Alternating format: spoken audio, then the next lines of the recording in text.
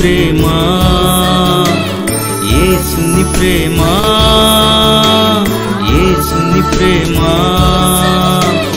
యేసుని ప్రేమ.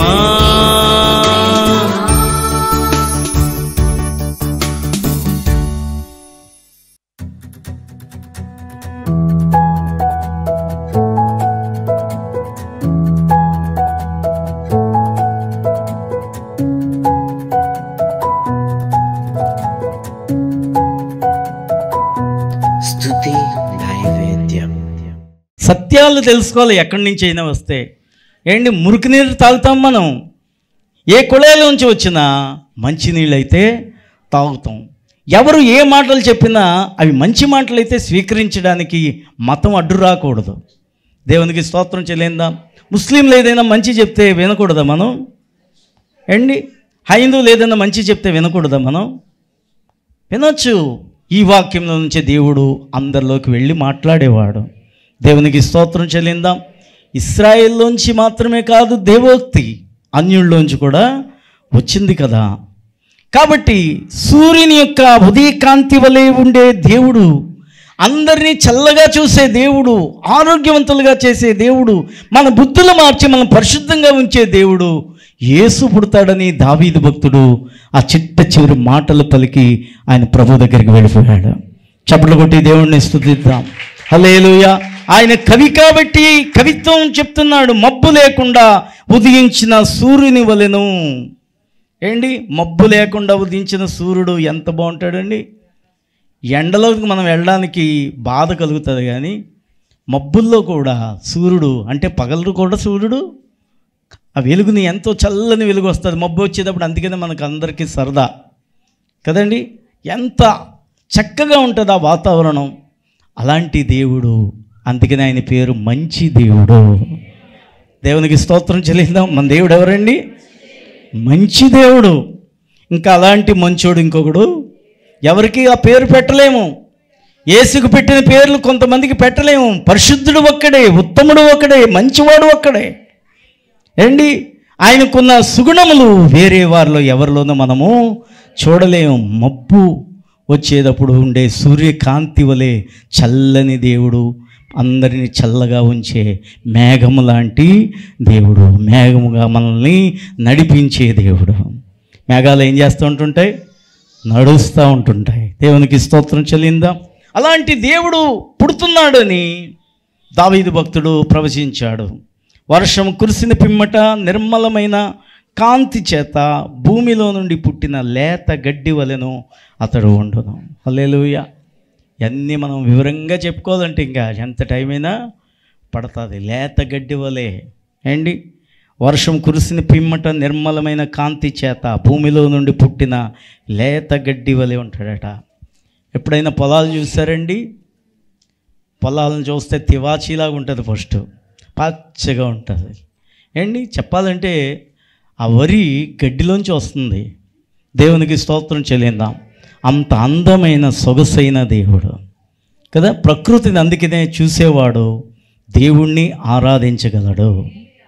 కవిత్వం రావాలంటే ఒకప్పుడు ఎక్కడికో ప్రకృతి దగ్గరికి వెళ్ళిపోయేవారు, కొండల దగ్గరకో సముద్రం దగ్గరకో.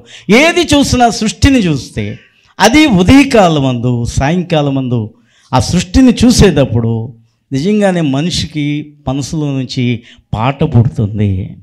హల్లెలూయా. అలాగే ఎప్పుడైనా పాడారండి మీరు? ఎప్పుడైనా ఏంటి బీచ్కి వెళ్తే అందులో దూకి సాడుకుందామనే కానీ బీచ్లో కాళ్ళు పెడదామా, లేకపోతే ఏంటి ఇలా చదువుకోవడానికే కానీ. అబ్బా, ఎంత పెద్ద సముద్రాన్ని చేసిన దేవుడు ఎంత గొప్పవాడు. హల్లెలూయా కదండి. అసలు మనకి సముద్రం లేకపోతే మన కూరలు రుచిగానే ఉండవు. ఎంతమందికి కూడా రుచినిచ్చే సముద్రాన్ని దేవుడు సృష్టించాడు. అద్భుతమైన దేవునికి చప్పట్లు కొడదాం. నిర్మలమైన దేవునికి చప్పట్లు కొడదాం.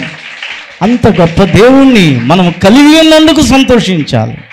క్రిస్మస్ అంటేనే సంతోషం. దేవునికి స్తోత్రం చెల్లిందాం. హల్లెలూయా. నిజంగా ఇంత గొప్ప దేవుణ్ణి మనము కలిగి ఉన్నాం. ఎంతమందికి సంతోషంగా ఉందండి? ఈ ప్రవచనాల్లో ఎంత అర్థం ఉందో చూసారా?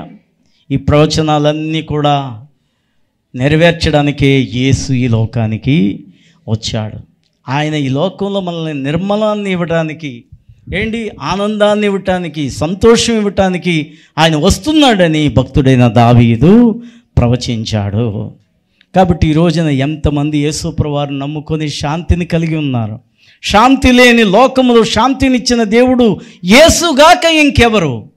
హల్లెలూయా. ఏంటి మనందరికీ శాంతినిచ్చాడా దేవుడు?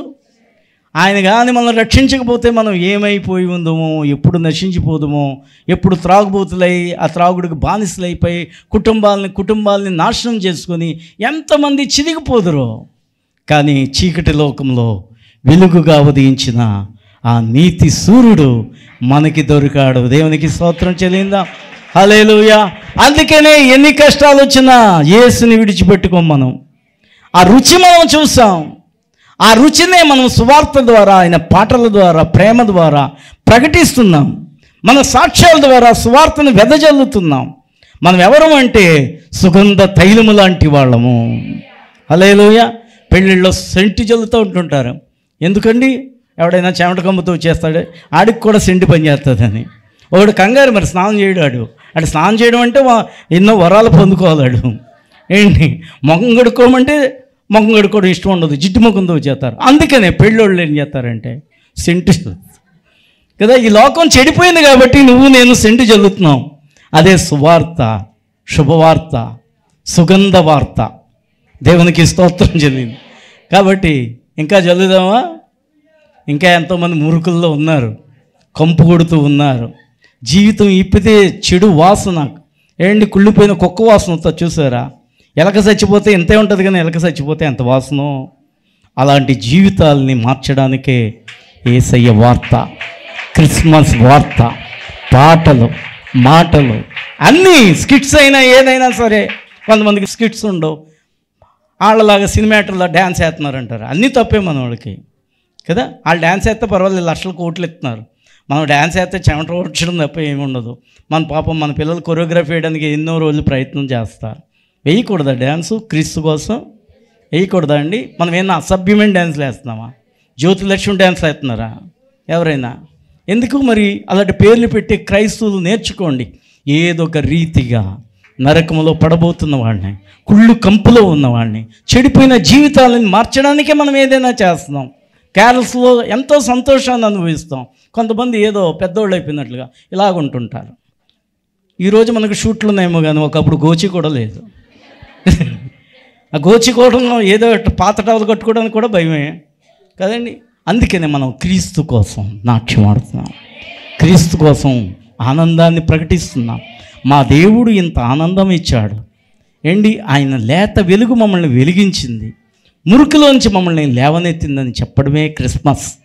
హల్లెలూయా, హల్లెలూయా. కొంతమందికి హల్లెలూయా అనడం కూడా ఎంత నోరు బతకం ఉండేది. 100 సార్లు హల్లెలూయా అన్న నోరు నెప్పెడుతుందండి? నెప్పెడుతుందా? నోరుకి ఎంత మంచి భాగ్యం ఇచ్చాడో తెలుసా అండి.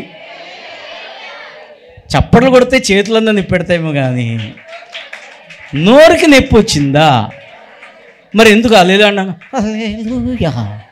కొంతమందికి ఎంత క్లాస్ హల్లెలూయా అంటే ఏంటి, దేవుణ్ణి స్తుతించడం హల్లెలూయా అంటే ఎంతమంది చెప్తారు గట్టిగా? అది రోషం వచ్చింది. హల్లెలూయా ఏంటి, ఎవరికైనా ఇది సౌండ్ అనిపిస్తే వాడికి చెవుడు వచ్చింది కాక బాగుందా? వాడికి చెవుడు వస్తే ఇంక ఎవడో సౌండ్ కోసం అరవడం. కానీ సువార్త వినరు కాబట్టి, వినే భాగ్యం ఉండదు కాబట్టి చెవులు ఉంచుతున్నాడు. దేవునికి స్తోత్రం చెల్లిందాం, ప్రార్థన చేసుకుందాం. మహాపరిశుద్ధుడు అయిన మా తండ్రి, నీ వాక్యం ద్వారా అనేక సత్యాలు మాకు నేర్పించారు తండ్రి. వీటిని మా హృదయంలో పదిలపరచుకోవడానికి, విన్న వాక్యాన్ని నీ చిత్తమైతే ఇతరులకు కూడా చెప్పే భాగ్యము మా అందరికీ దయచేయండి. నా సంఘం అందరినీ వాడుకోండి ప్రభువా. వారి నోటిని వాక్కు నుంచి ప్రతి వారి నోటిని అభిషేకించి, ఇదిగో నేను ఎలాగైతే వాడబడుతున్నానో నా బిడ్డలందరూ వాడబడాలి.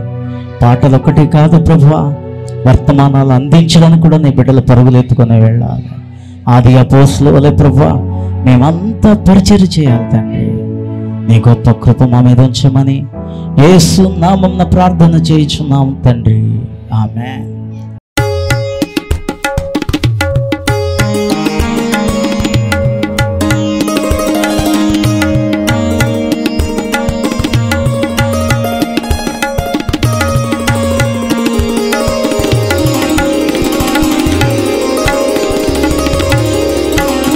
దేవునికి స్తోత్రము గానము చేయుటయే మంచిది.